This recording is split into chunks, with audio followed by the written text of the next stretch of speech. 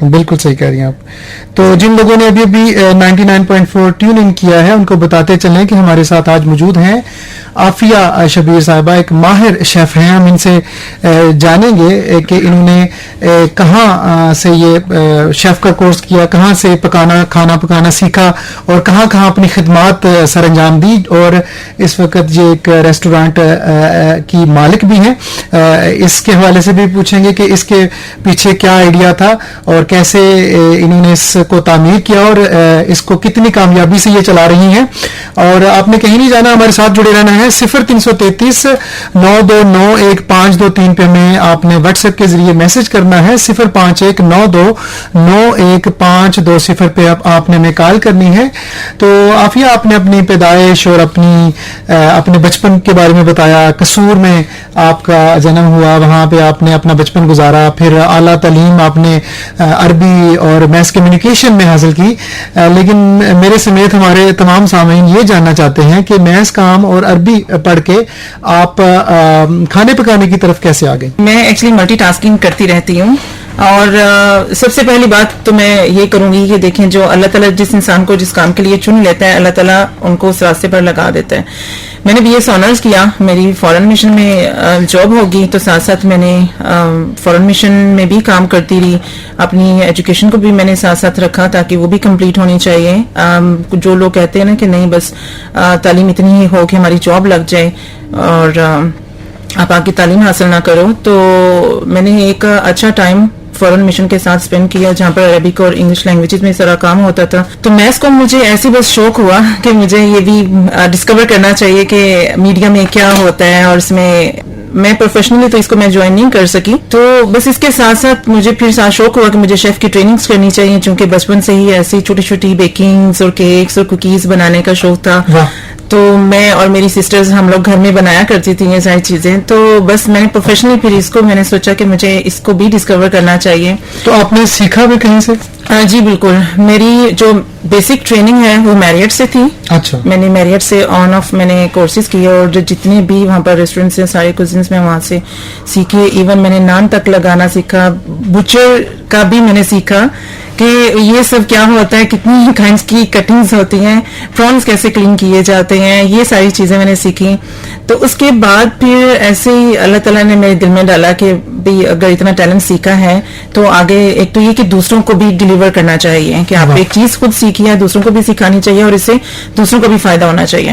تو میں نے بھی بس ریسٹورینٹ کا اپنا پلان کیا کہ مجھے کچھ بنانا. اچھا, ریسٹورینٹ پلان کرنے سے پہلے آپ نے کہاں کہاں اپنی خدمات جو ہیں وہ سر انجام دی ہیں؟ ناصر ایز اے شیف میں نے کام کہیں پر بھی نہیں کیا, یہ کیونکہ میرا پیشن تھا, شوق تھا.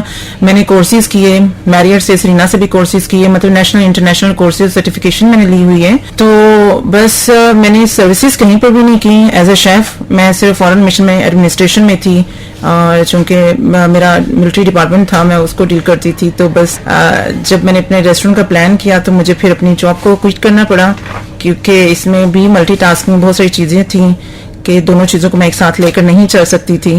تو اپنی میس کو بھی میں نے کمپلیٹ کیا اور اس کے ساتھ ساتھ شیف کی ٹریننگز کی, پھر ساتھ اپنے ریسٹورینٹ کو میں نے بلڈ کرنا سٹارٹ کیا.